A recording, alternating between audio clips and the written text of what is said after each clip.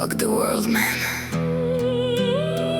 Vă credeți Spider-Man sau Superman? Mulți dintre voi ratați, împărțiți palme nevestelor.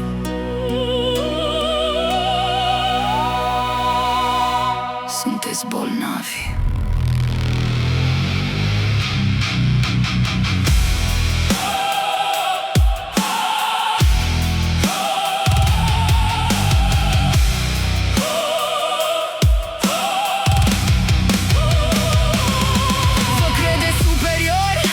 Flatați, sunteți mulți dintre voi retardați.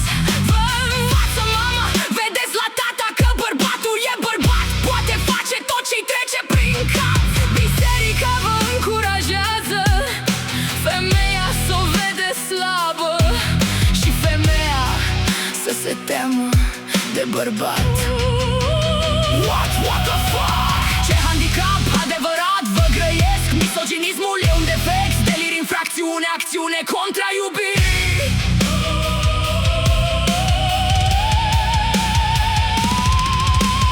În rechizitorii, voi sunteți actorii, violați copiii, fiicele și fii, vreți rolul principal. Majoritatea sunteți bolnavi și zic că Dumnezeu este bărbat.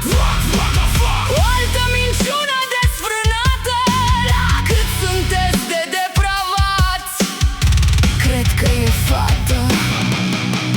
Fuck the patriarchy, the patriarchy. Fuck them. What the fuck? Patriarchy, the patriarchy. Fuck them. What the fuck? What the fuck? What the fuck? What the fuck?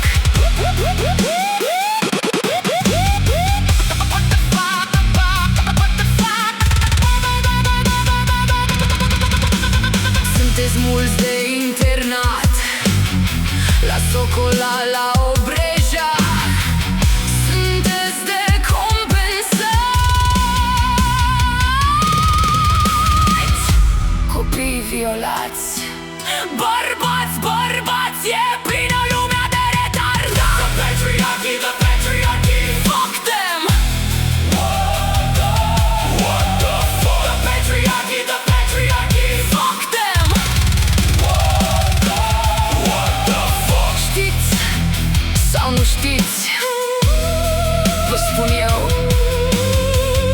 sexul masculin e mutație genetică analfabetică. Fuck, what the fuck? I fuck the patriarchy.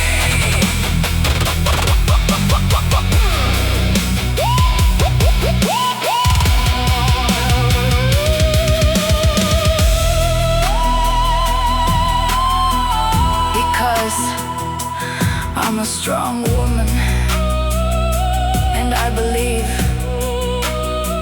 the men need to be clean.